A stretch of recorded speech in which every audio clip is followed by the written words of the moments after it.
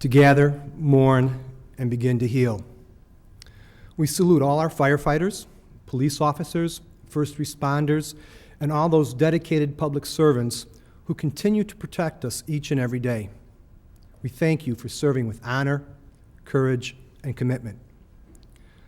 Our heartfelt sympathies go out to all the families affected by this senseless tragedy. Our thoughts and prayers go out to Joe Hofstetter and Ted Scardino. May they have a speedy and complete recovery. And we acknowledge Webster's fallen heroes, Mike Ciparini and Tomas Kachuka, and the legacy of public service and selfishness they leave to their loved ones and our community with a moment of silence.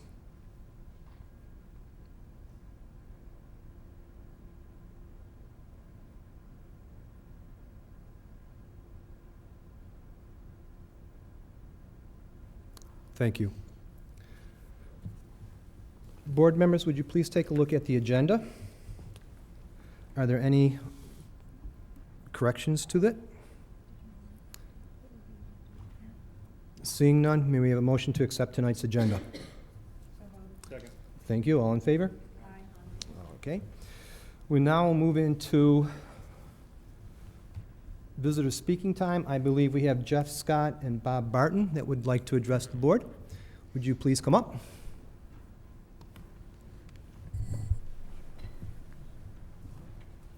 You can write it the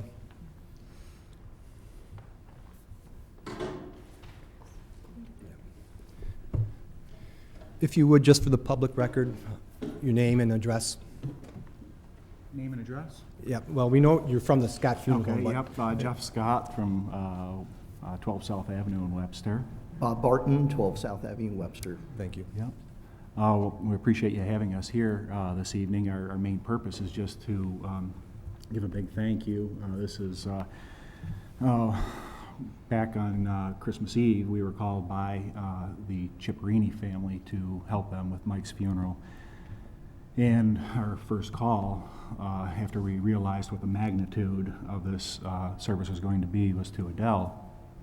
And you know, with open arms, she embraced the thought of having the services at Schrader. So thank you, Adele, for that quick and positive response. And Jim Fischera sat through many meetings in the ensuing days and helped us get everything organized. Thank you, Neil Flood and Tim Emery at Schrader for security and keeping the facilities going. Buildings and grounds, of course, we had the largest snowfall of the year during that time, and they kept things pushed out for us. There are people in music and AV and transportation. All of this made it look like a seamless mission. We know there's untold man hours spent, many of them volunteer, games rescheduled, Christmas vacations forfeited, and countless hours spent planning. With open arms, you supported the Ciparini and Kachuka families during their time of grief. You helped the firemen and police mourn their comrades, and you gave facilities and format to the Webster community and communities far beyond the Webster boundaries to express gratitude to these men and their families and begin a process of healing. Thank you is hardly enough, but thank you. Very much. I also have a few words I wanted to say, and I thought I usually give a report a little bit later on, but I wanted to make a few comments right now. There's a quote, as I was reflecting on the extraordinary last couple of weeks, there's a quote that came to mind, and I'd like it to be put on the screen if we could. It's by Elizabeth Kubler-Ross.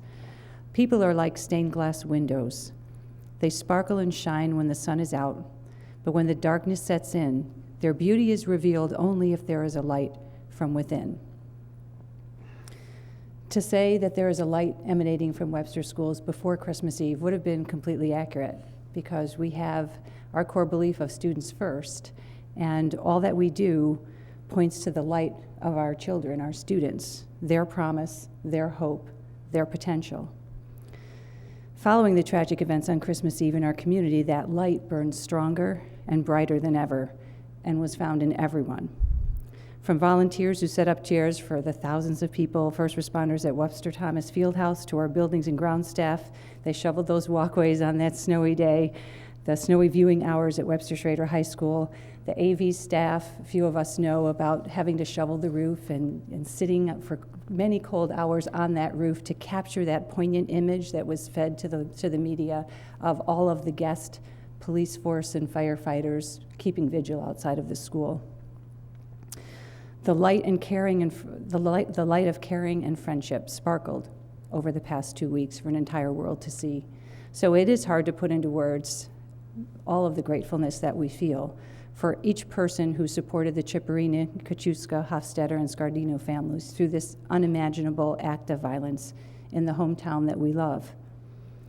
So our schools were privileged to serve as places for all to gather, and as Carm and Jim and I helped keep the vigil on Friday night and made sure things were set for that first evening of the wakes, what we saw were people coming together, people connecting, lots of tears, people giving and receiving hugs, and in some small way, starting the process of healing in a grief-stricken environment. But it was a place where you could feel that goodness starting to swell in people and connecting to each other.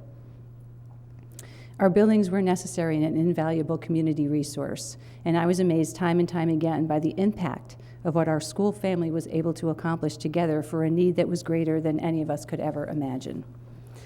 So I just do want to add my own thanks as well to some Webster staff people for just exemplary service to the district and the community. You mentioned Neil Flood. To have a person that worked tirelessly to bring together all of the departments. I mean, it was extraordinary what people did together. Our local police, our Monroe County Sheriff, the state police, the Webster firefighters, the West Webster firefighters, just to have all of those people planning together. They did amazing work together, and Neil was the school connection to all those people. To Jim and to Blaine for sitting in on those meetings, to providing those facilities, for arranging, rearranging furniture, keeping the facilities clean and welcoming for the community so that anyone that came in to our school and to our community felt welcome. Paul Conley, supervisor of AV services, and their staff, they were excellent in coordinating that live feed and to both the funeral services and to the overflow room so that many people could see that service. And to Scott Daniels, transportation manager, and his staff, they lovingly provided those hours of shuttle service so that anyone who wanted to come and pay their respects would be welcome and could pay their respects in our schools. So I've often said that the strongest communities build the strongest partnerships, and when I think about it, we were strong for each other. We were strong together. And the efforts of so many people made us Webster schools proud, Webster community proud, as we supported and honored Webster families. So I wanted to add my comments to yours as you were here this evening, and we are thankful that you came and that you took the time and the effort to come and speak at this board meeting. Certainly very appreciative for everything that you've done for us to make this easier for the family, and especially I spoke to Kim Cipollini today, and she just wanted me to express her gratitude to all of you for everything that you've done for her family and to honor Mike and Tomas. Yes. Thank you. Thank you. Thank you. Yes, our core beliefs did shine through during that dark hour. Is there anyone else in the audience who would like to address the board? Seeing none, we'll move on to our student liaisons. Lauren, would you like to go first? Or is it? Oh, sure, we can change it up this Okay. time. Sure. Good evening, board members. As we return from winter recess, the Webster Schrader students are back on schedule, working hard to complete the second quarter. With midterms just around the corner, students have the opportunity to attend Cocoa and Cram, a study session sponsored by the National Honor Society, Link Crew, and Key Club. During the week of January 14th, students will have the opportunity to stop by the College and Career Center to study with upperclassmen and to get help in any subjects they would like to review. Before we left for break, the sophomores at Schrader participated in Model United Nations Day. Each sophomore represented a specific country from around the world and voted on various resolutions from his or her country's point of view. The students were broken into groups of 25 to 30 people and worked with their peers in rooms led by upperclassmen who were selected to be Model UN chairpeople. This was a very successful day, and all of the students involved learned a lot from the experience. Yesterday, many Webster Schrader students showed their kindness by wearing yellow for Fairport senior Blake Cognata, who was battling a rare form of cancer. Students wore any yellow clothing they had to school and then to the varsity basketball game, showing our support for Blake's battle and our hope for his recovery. Another way the Schrader students are giving back during this time is by purchasing bracelets during their lunch periods. The bracelets are being sold by Renee Lizak, a Webster Schrader senior who was raising money in memory of her cousin Tomas, who was killed during the Christmas Eve shooting in Webster. The money is going towards the restoration of the bells at the family's church, and we are proud of our Schrader community for donating to this cause. On Saturday night, the students in the Schrader Music Program are putting on the annual cabaret performance. This concert will feature the show choir, the select vocal ensemble, jazz band, and various soloists and small groups. It will be held at Willink Middle School, and cupcakes from Gina Marie's themed sweets will be served. In addition, people will have the opportunity to donate to VH1's Save the Music Foundation, a fundraiser sponsored by Juliana Passato as a part of her activism project for her Citizens in Action class. This foundation promotes music in schools so that all students can have the opportunity to express themselves through music. Our winter sports teams continue to excel this season. The varsity wrestling team took first place out of 37 teams this weekend at Niagara Community College, with many wrestlers placing in their respective weight classes. The varsity boys basketball team is currently 8-1, and they will play again tomorrow at home against Edison Tech. We wish them the best of luck in this game. As we approach the halfway point to the school year, we continue to work towards improvement in school, sports, and extracurricular activities. We look forward to what will come in the second semester. Thank you. Good evening, board members. Good evening. The first week of our return to school from the holiday vacation has been momentous. Our Titan community had a very solemn return to school with a moment of silence in memory of the firemen who were killed and injured. Over the holiday vacation, there were many individuals who contributed to the support and planning of several events that honored and celebrated the contributions of these heroes. There have been countless shows of support in our community. Our school is continuing its efforts to honor these individuals and families. The varsity hockey team is having a Honor Our Heroes game this Friday at the Webster Ice Arena. Mrs. Clark, our vice principal, has announced a Pay It Forward pledge to raise $5,000. Mrs. Clark, along with our librarian, Mrs. Warren, will shave their heads if the money is raised before the February 9th basketball game between Schrader and Thomas.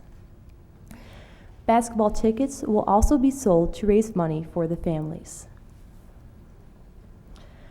Further exemplifying Titan community participation has been many other fundraisers that are in full swing. Student Council is having its second annual semi-formal snowball dance this Saturday. Tickets are $5 and all proceeds will go to the American Cancer Society. The Science Olympiad team is having a barbecue fundraiser to support the team for its future meets. Instrumental and choral students are preparing for NYSSMA Solo Festival this weekend. Ski Club has been very active, and hopefully this January's thaw doesn't adversely affect our ski enthusiasts. Of special note, just this afternoon, Mr. Alquist and Mr. Stahl had their inaugural art history lecture. They teamed up to deal with 4 topics, with each topic containing artists from a variety of historical time periods, from Renaissance to contemporary. Community members, including family, friends, and students, came together for this dynamic afternoon.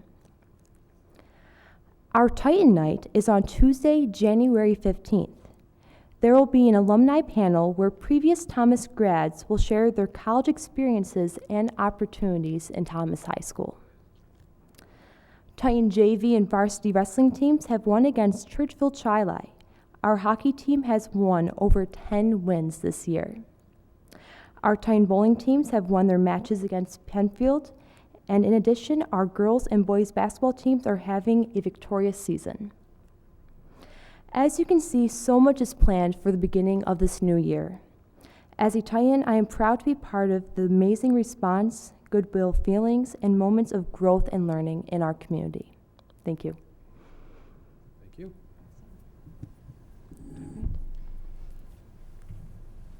Lisa, do you have anything from WTA?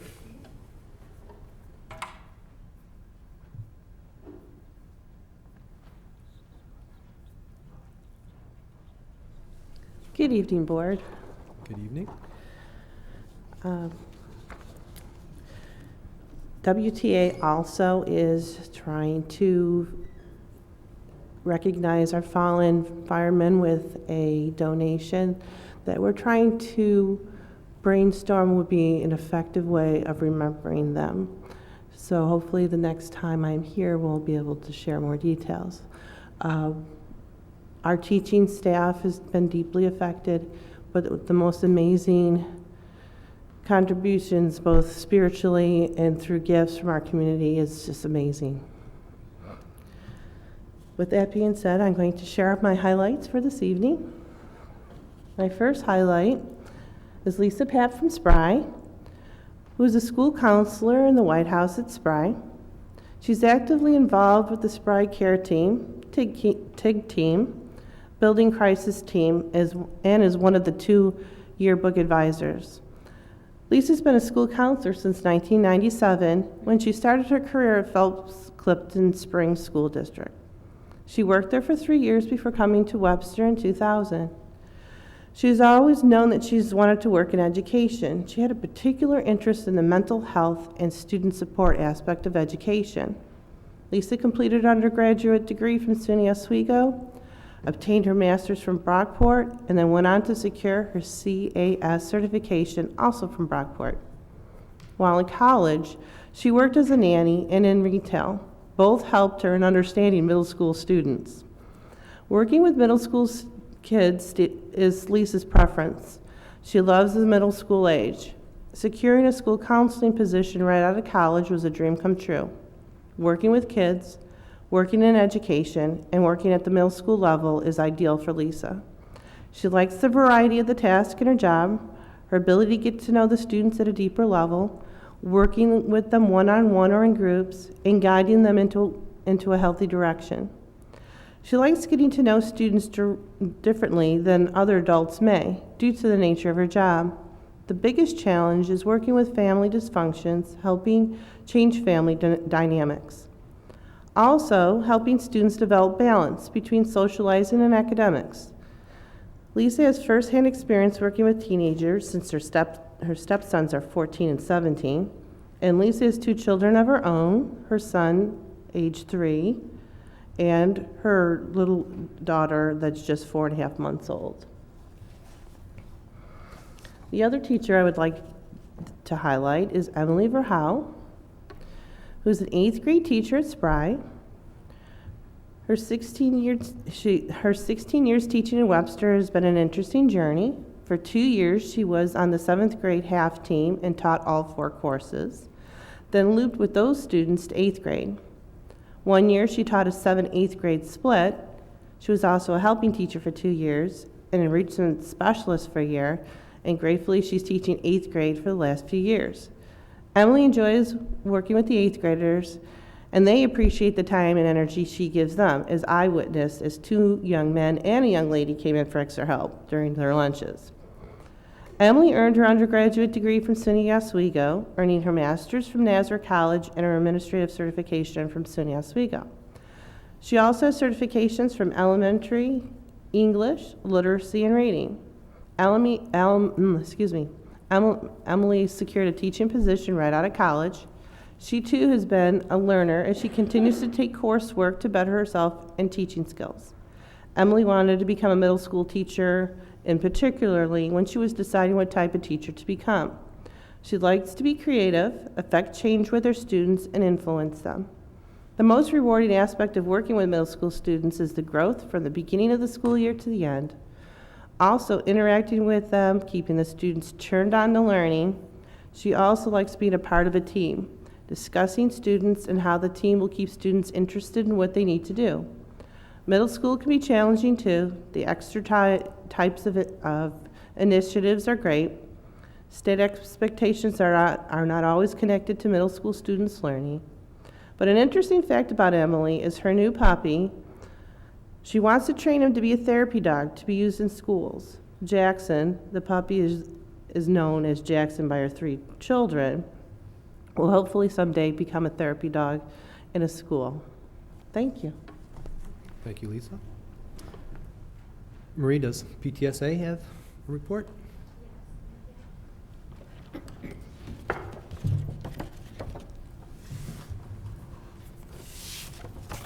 Good evening, board members, Superintendent Bavard, and other attendees and guests. My name is Marie Thomas, and I represent the Webster Central PTSA. My opening comments follow a similar theme that we've heard this evening so far. In light of the recent tragic event on December 24th, which deeply affected our community, the Central PTSA wanted to express its appreciation to Adele and the Webster Central School District for its efforts in hosting services for the 2 first responders from the West Webster Fire Department who were killed during the car and house fire tragedy on Lake Road. Parents and students in our district are proud of how quickly our school district responded with its show of support, which involved hosting the calling hours and services at Schrader High School, meals at the Thomas High School's field house, and buses to transport the attendees between the 2 locations. We recognize that the school district did not need to devote resources and open its doors during the holiday week to host these services, but are glad that it chose to do so. We are grateful for the sense of community that our school district fostered over the holidays and for the ongoing support and counseling services it has offered to affected students and families in recent weeks. The Webster Central PTSA is off to a great start for 2013. Each PTSA in our schools is busy organizing activities and planning for a variety of events, including ice cream socials, after school events, family fun nights, winter carnivals, and more. Several events supported by Central PTSA are also underway, including Parent University, which will be held at Spry Middle School on February 9th, and Community Arts Day, which will be held April 20th at Schrader High School. We encourage as many schools as possible to share their musical ensembles and other performers at the Community Arts Day, since this is a great forum to showcase our students' many talents. We also wanted to share that the Central PTSA is beginning to look at alternative fundraising opportunities. Currently, the only fundraisers that the Central PTSA level hosts are calendar sales and membership sales. Calendar sales have been declining in recent years, and they no longer provide the revenues needed to run the events, programs, and scholarships sponsored by the Central PTSA. Many people now obtain all of their calendar and event information, as well as contact information, on our improved district and school websites. So a committee has been formed to look into alternative ways to come up with the funds needed to run the Central PTSA, while still ensuring the accurate communication of PTSA information and dates. Are there any questions? Thank you. Thank you, Marie. And we'll be moving on. As we heard from Lauren, the sophomore class at Schrader had fun learning about the workings of world diplomacy through the lens of current events. So, Terry, I'm going to make the assumption you're going to introduce our guest to us, for us. Well, thank you very much for this opportunity to talk a little bit about a very exciting project that took place in Webster Schrader, actually on Friday, December 21st, which happened to be the last day before our winter break. And if you happen to walk through Schrader on that day, you noticed the vast majority, if not all of our sophomores, sporting very professional attire and with a very focused and determined look on their faces.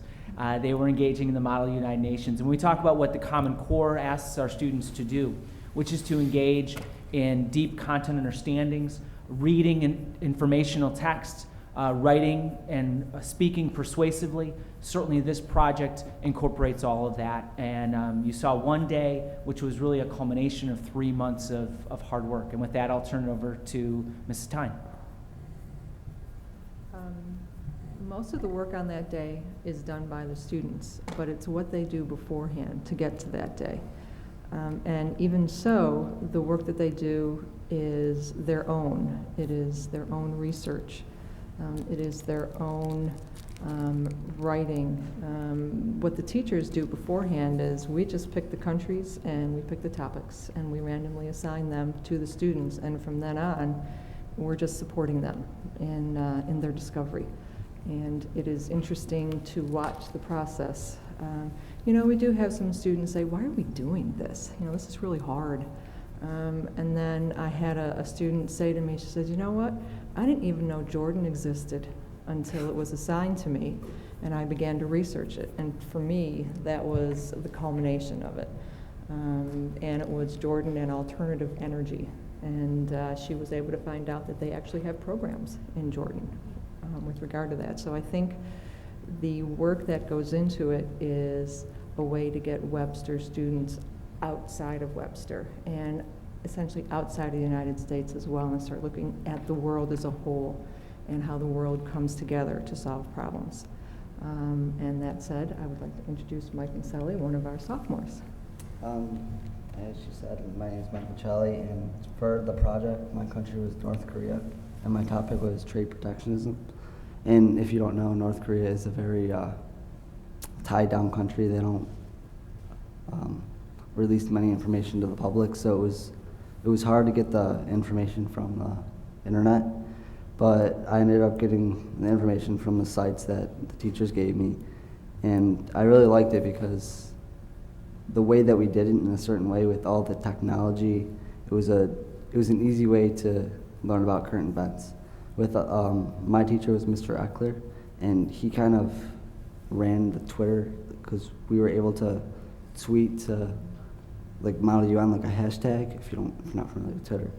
But we were able to tweet to him and tell him like, oh, Mr. Eckler, I'm on in 5 minutes. And he would go to his room, he'd go on the computer, and he would go in the live feed, and you can watch our presentation from his computer.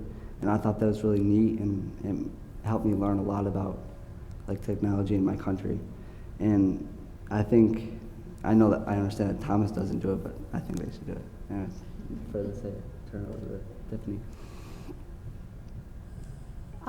I'm Tiffany Azizad, and my country was Colombia, and my topic was genocide, and my committee was economic and social. And this project really helped me learn the responsibility of all the work and getting my work in on time. And it was really, I think, a big eye-opener to see different issues in the world, that things are much bigger than they seem. And it was a lot, of hard work and a lot of work and frustrating at times, but it was really worth it in the end because I think my knowledge grew a lot with what goes on in the world, and it was a really good experience, and I'm happy that I did it. And I think that more schools should do it because it's something that it's very independent work and teaches you how to be an adult and get all your work done. So it was definitely a great experience that I think helped me grow, and I'll be able to use it in my life as I get older. So. Hi, I'm Kelsey Ross. I'm from the class of 2011, and I'm now a sophomore at Cornell. And this was my 5th year working with this project. I was a sophomore student, and then as an 11th grader, I helped run the project as a chairperson. And then as a senior, I was secretary general, and I worked closely with the teachers to design changes to the project and to pick topics and countries and help students. And then I helped out last year, and I helped out this year as well. It's really great to see the changes that have been made with the use of technology. They used iPads this year in all of the classrooms, and the Twitter, and Mr. Eckler is a godsend with that. He's really good at explaining it to the students and some of the other teachers who don't understand it as well. I think it's an excellent project not only for the sophomores, but for the juniors and seniors who help in the classrooms. The teachers do an extraordinary amount of work to help prepare the kids, go through their speeches with them, help them understand the topics. But on the day of Model UN, the teachers step back and the juniors and seniors have an opportunity to step up and show their leadership skills and what they understand about the project. And I think that's really amazing. I know doing Model UN Club and this project has helped me with public speaking skills. I now do Model UN at Cornell and I'm on their team. And it helps me speak in big lectures at Cornell instead of getting nervous about talking about current events. So I think the project is incredibly worthwhile. Any questions from the board? I had the opportunity to attend a part of that day, and one question I have is, Michelle, did you ever get a tweet back from the UN? Because I know you sent the UN. I did not. No, we never got a response from the UN. So I was a little disappointed Rats. with that. Rats. Well, you know, maybe we did and I couldn't figure it out. Maybe we need Mr. Ackler to double check it. It's somewhere in my Twitter feed, which I have no idea how to read. Just one thing I noticed, as I was walking around, one classroom finished up their presentation and they were just out in the hall mulling around, and you'd think they would be talking about what they're going to do Friday night.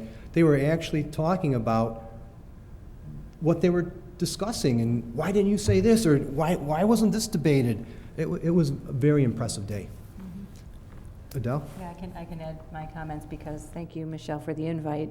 So I walked around with Principal Pistolka and Dr. John Sheehan, and it was the first time I had actually walked around Model UN, and it was everything that you have described. It was great to see it because, you know, seeing students be so much in charge was, I think, the best benefit to us. And when we think about the Common Core, it is requiring that students understand text, speak from text, make a persuasive argument. All of those skills we were seeing happen in the Model UN. And then seeing the intergenerational support of the juniors and the seniors leading the sophomores' sessions was really wonderful. And it was a powerful thing to witness. And then we watched it not only live in the classrooms, but we went in, we tested out the feed. We tested out that if you could go on the internet and watch the live stream. So it all worked. It was wonderful to see our tech department as well work so closely with the teachers to provide those new attributes to the Model UN, and has tons of potential as the years go on to really go bigger and more global. So it's pretty exciting. It was great to see. Yep. About, you know, what you do now at the collegiate level, for those who are intrigued, give them just a couple nuggets about what they might see at college level. At the college level, it's just all bigger and better. So I not only did this project multiple times, but I was part of Miss Tyne and Miss O'Brien's Model UN team at Schrader, which was amazing. You just get to go even further into debate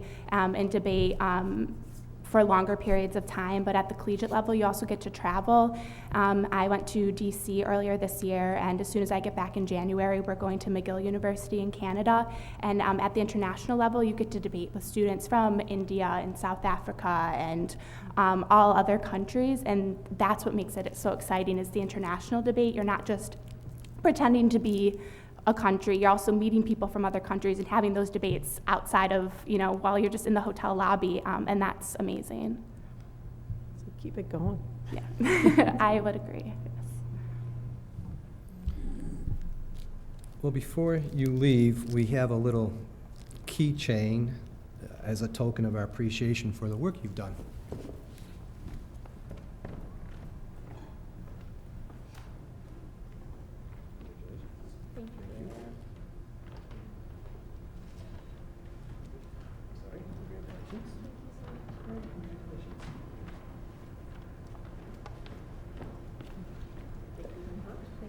All right, good job.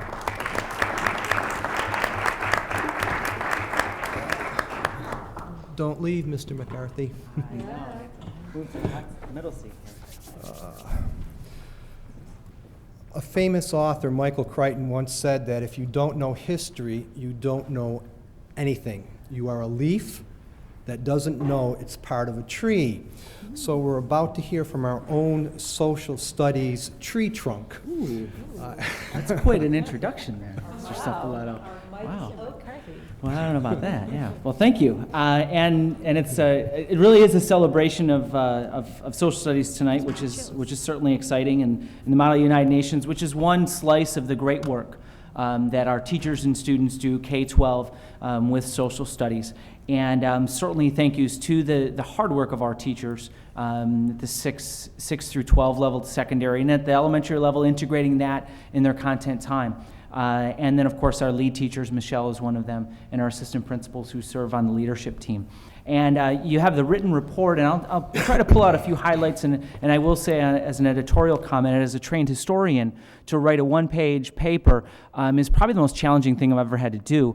I'm trained to take a one-page paper and make it 20, so this was a little bit of a challenge, and Dr. Sheehan and I worked through that a little bit. So thank you, Dr. Sheehan, for helping me on that.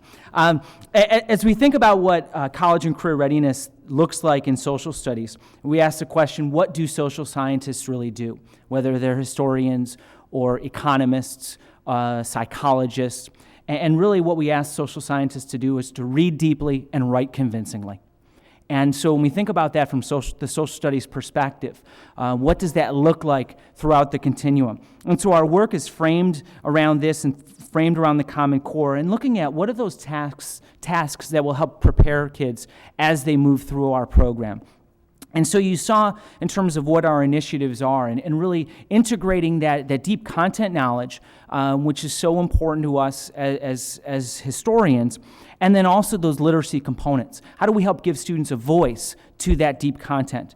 And we think about at the K-5 level, we talked about that model unit. And I've had the opportunity to go, it's at State Road, we're implementing that right now with the enrichment specialists and the 5th grade team. And to see the students engaged in literacy and content is so impressive. And the enrichment specialist really did a wonderful job of crafting this unit.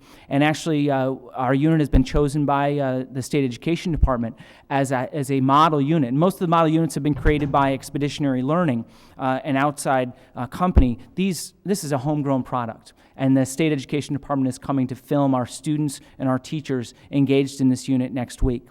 In terms of the 6-12, last year and the last few years, a lot of work has been done, and coming into social studies this year, certainly Scott Wilcox laid a great foundation and wonderful staff. Much of their work had been focused on reading, and this year it was, how do we move from the reading to the writing? And really looking 6-12, looking at our exit outcomes. Where do we want our kids to be? And so at the middle levels, really focusing on the AP. Saying if we want our kids to write at the AP level, what should they start doing in 6th grade? Because we know if we wait until 10th or 11th grade, it's going to be, I don't want to say it's too late, but we're not laying the foundation for all of our kids to really be ready for that. And then at the high school level, it's really looking at what are common exit outcomes at each grade level. Again, if this is where we know the exit is, what are the things we want our kids to be able to do? And then building that vertically. In terms of our achievements, we talk about certainly AP. A couple other stats, 45% of Webster students last year who took an AP class took one through a social studies course. And certainly we're very proud of that. And then looking at this year's students who are either in AP US or AP Econ, 35% of those students did not take AP last year. And so we're growing, we're involved, and we're stretching our students. And then, of course, as a celebration, certainly we've heard about Greg Ahlquist as a teacher of the year. And really, I think that's a celebration of the entire social studies department here in Webster. And Greg does a fantastic job, and I think Greg would agree that his colleagues certainly provide him with great support and provide him with the foundation and structure and the assistance and collegiality. As far as looking at our obstacles, as we talked about, K-8 is an obstacle in terms of data. There had been a state test at the 8th grade. There's talk of that, finances, if possible. But in light of that not being available, we're looking at what might be ways we can utilize summative assessments, certainly 6-8. K-5 I think will continue to be a dilemma that we'll have to work through as an elementary system. Global is an obstacle. We know that it remains an obstacle. It's an obstacle statewide, and to some extent the state has is working on proposals to help deal with that obstacle, and we anticipate in the near future some recommendations that will eliminate the 2-year exam and bring it down to a 1-year exam. And that's wonderful in the next couple of years, but in the next few years, we still are going to have a group of students who are going to need to get through that global exam. And so we'll need to work through that. And we're going to have 45 to 50 kids taking global exam in January to try to fulfill their graduation requirement. And so as we look forward, continue to see what will the framework provided from state ed provide us, and then how do we continue that vertical look to help engage our students, again, to read deeply and write convincingly. Okay, and with that, I'll turn it over to any questions that you might have. We'll start. Lisa, any? No?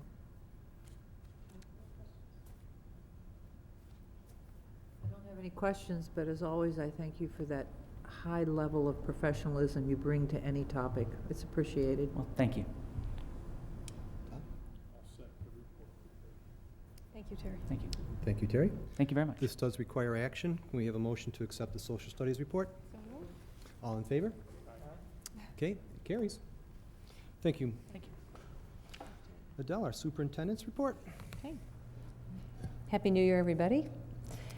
We have some good news for the new year. As we wrapped up 2012, students from Plank North, Plank South, Spry Middle School, and Webster Schrader High School packed a school bus sleigh filled with presents for the students of Rochester City School number 17. It's a pre-K through 8th grade school. So for years now, students and adults have experienced the true joy of giving through this partnership. And so we have some pictures up there. Now let me remember who played Santa this year. Who played Santa this year? I can't. Santa. Oh, right. Okay. And so a thank you note from a school number 17 teacher captures the spirit of the day. One of the teachers wrote a note to us saying, "These are more than just presents. They are an expression of caring that continues to reinforce my belief in the tireless generosity of the Webster community year after year." Tireless generosity. 2 words that speak volumes about our large community with a small town heart. This is what we do. So we were happy to do that again. We're happy to capture some pictures for you, and it's a great, joyful way to remember 2012. Now, switching gears a bit, with the start of the new year comes preparation for a new budget. So the all call for the 2013-14 Budget Advisory Committee has gone out, and we have a group of enthusiastic, capable community members, administrators, and staff. I think we're numbering 44 now. We were at 42, and it just went to 44. And we're ready to collaborate on the district's upcoming budget. So the first meeting is Monday, January 14th. The committee will meet a total of 5 times between now and April. The committee is co-facilitated between myself, Jim Fischera, and Carm Gamina, and we all we get at different aspects of the budget. Each meeting contains a teaching element about public school financing and then a processing element with the community. So there is still time to sign up, community members. If you would like to participate, add your name. You can contact central office, and we will send you all you need to participate in this committee. We'll also be giving reports to the board on that committee through the budget season. Where is it meeting? And it will meet right here at central office. Thank you, Adele. Mm-hmm. Jim, you have a number of things to tell us about. The first one would be the audit report from Mr. Ray Weger. The single audit report that you have in front of you tonight is an audit of our federal funds. And you have that full report. There is no management letter, as there are no comments. There are findings in there are no findings in the current year or prior year. So for this report, I would recommend the board accept this report. And again, as I said, this was strictly just the federal funds. You did approve the audit report for the general funds and all of our accounting at a previous meeting. So moved. Are we going to move these as a group? We'll move it Lisa, individually? did you have a question, though? It looked like you might have had a question. Okay. Motion has been made and seconded. All in favor? I'll make sure you get it. Opposed? Motion passes. The treasurer report, Jim. Tonight you have 2 treasurer's reports, the October 31st and the November 30th. And just before I get into those, the reason you have two tonight is because, as you know, Jill went out for surgery, and she had her surgery on December 31st. I told her that was a really good day to pick it, but she wanted to do it before the end of the year. Her surgery was successful, and she's recovering and hopes to be back sometime in February. But tonight's treasurer's report for the month of October, we had just over $63 million in receipts. $58 million of that came from real property taxes. The next major areas in accrued revenues, $2.1 million, and that was our BOCES aid from the previous year that the state doesn't pay us until October. So we received that. It was booked as a revenue in the 2011-12 school year. It shows up as a receipt in October. So just over $90 million in our accounts. On page 2, you have the summaries of the school lunch, federal, capital, and trust and agency accounts. And on page 3, you'll see all of our money, just over $93 million, is invested. It's invested at 0.21 to 0.22%. I think we've gotten to as low as we can get on an interest rate. I'm not sure that there's anything in sight in the next 12 months that's going to say these interest rates are going to increase, but time will tell. Not sure how much lower they could possibly go. Depends on the new Secretary of Treasury. Mattresses are looking pretty good. I will also do the November, and then you can, would you like to take both of them at the same time? In November, there were just over $11 million in receipts, $8.6 million in real property tax, and almost $8 million in sales tax. And during the month of November, we had just over $86 million in our checking accounts and reserve accounts. You have the summary on page 2 of our school lunch, federal, capital, and trusted agency. And then on page 3, you have the summary of our investments. And the good news is the rates didn't go down from October to November. They stayed at 0.21 to 0.22. And during that time, we have just over, I'm sorry, I take that back. I was looking at the October one because they did go down to 0.2 in November. And we had just over $85 million in investments. Questions? May we have a motion to accept the October and November treasurer's report? Second. All in favor? Opposed? Motion carries. You know, maybe we should look at this next donation and throw some money. This was an exciting one. Carm first got a call from Jason Bond and turned it over to me, and I had a chance to talk with Jason, and he was interested in making a donation to the school district. Jason was a former teacher here at Webster, involved in special ed and the adaptive programs, and he went off, started his own business, and he's been doing very well, and called and said he'd like to make a very generous donation of $5,000 to the district to be used by the special ed department for equipment and supplies for the adaptive PE program. So Shelley and I had a few-minute conversation with him to make sure that she could explain to him what we had planned for it. He really liked the ideas, and in December he sent us the check that we're holding pending your approval, and I would recommend approval of this very generous gift from Jason Bond. Thank you. All in favor? Aye. Opposed? Motion carries. Somebody send a thank you. Do it. Thank you. And finally, Jim, our resolution on the tax certiorari.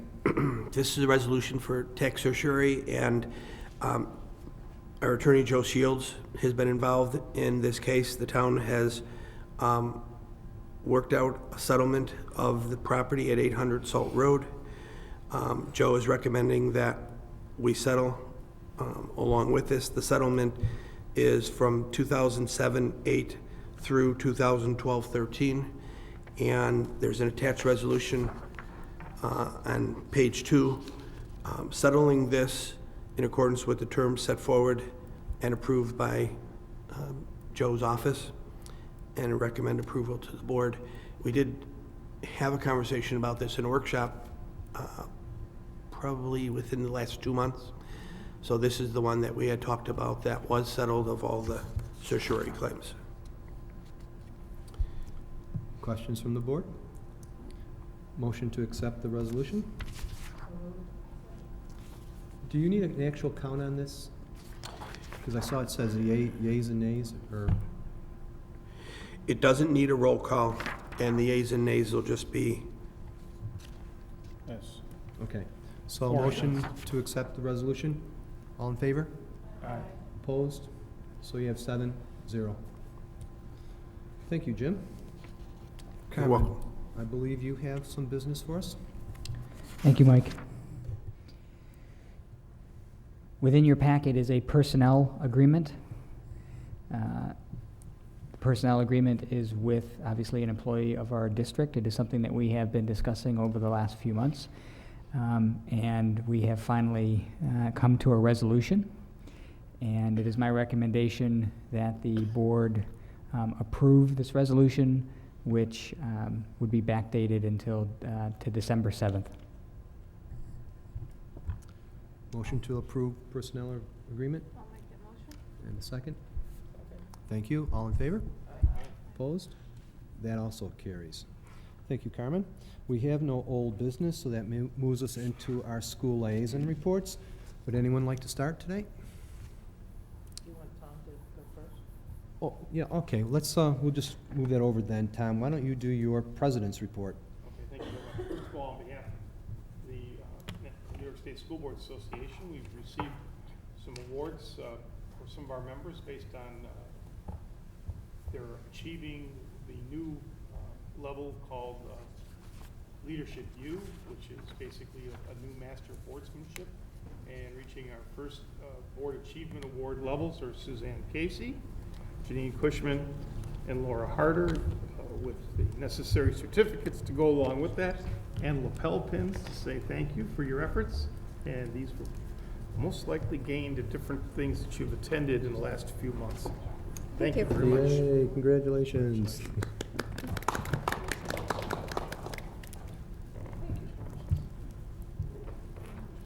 We know we've been on the Board of Education a long time when we go through our second round? round of awards. Second round of awards, yes. They start a whole new reward program. Just for you.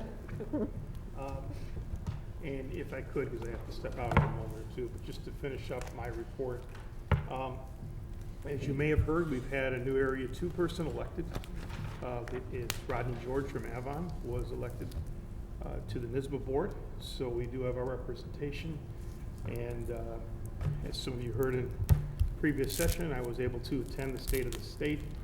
And there's a very, very good write-up put together by the NYSSBA government relations staff. If you get a chance, it's actually like 7 pages, but it's very well written, talks to the points, and talks to the shortcomings of some of the things that were mentioned in the speech. Great ideas, but it gets down to how do we do it, you know. So as always, your support in Albany, and Susan will be going with me to Washington later this month, and also around that trip to Washington, the meeting 2 weeks from tonight, I will not be in attendance as I have to be in Washington, leave that night for an early morning meeting. And that's my report, and I have to excuse myself. Thank you, Tom. Thank you. Anyone else have anything from school liaison reports? Okay, then we'll move on to Monroe County. Legislative, anything from them? Yeah, I went to the meeting yesterday, and it was before the State of the State address, but we did talk about several things. Talked about well, Jody gave updates on the Mandate Relief Commission. Basically, you know, as you know about the process, the commission traveled around the state and listened to testimony from a lot of people. Several of the items they agreed with, but they passed them on to the legislature to handle. They didn't really make a recommendation. They just said that we agree with them. Some of them they did not agree with, or I shouldn't say that they didn't agree with them, but they didn't feel that it was in their purview or in their charge of the committee, so they didn't deal with them. And at this point, there's really no action item in the report, so it's just been done, it's there, and it's another report for the shelf. So we're trying to think of what we can do to somehow get it, you know, get some of the suggestions moving forward. Another thing they talked about was the Education Commission report, which the governor highlighted in his report, which Tom was just referring to a few minutes ago, and it's on the website, and you probably all should have gotten an email about it. I will forward the legislative minutes so you'll have the exact specifics of that as soon as they're done. Another thing we talked about was the legislative breakfast, which is on February 9th from 9 to 11:30, and it's at the RIT Conference Center. We need to tell Cindy, you know, whether you want to go, or else you can just contact Monroe County School Board Association yourself. We talked about some of the things that we're going to be talking about that day that we want to lobby for, or advocate for, I should say. And they'll be coming to each of the districts, Jim, looking for information about, let me see if I can think of a few of them. The implications of the tax cap formula changes that they're recommending as far as the pilot agreements and the growth factor in there. They're probably going to want some financial numbers around that. We're going to present position paper, which is a new position paper, and this, I'll just combine this in with the steering committee. At the steering committee, we decided to move forward with the position paper on school safety, and that committee will start tomorrow, work again on Wednesday, get a draft out to the superintendents and to the presidents, hopefully to have a final before the legislative breakfast, so we can use that as one of our tools that day. I think that's pretty much it.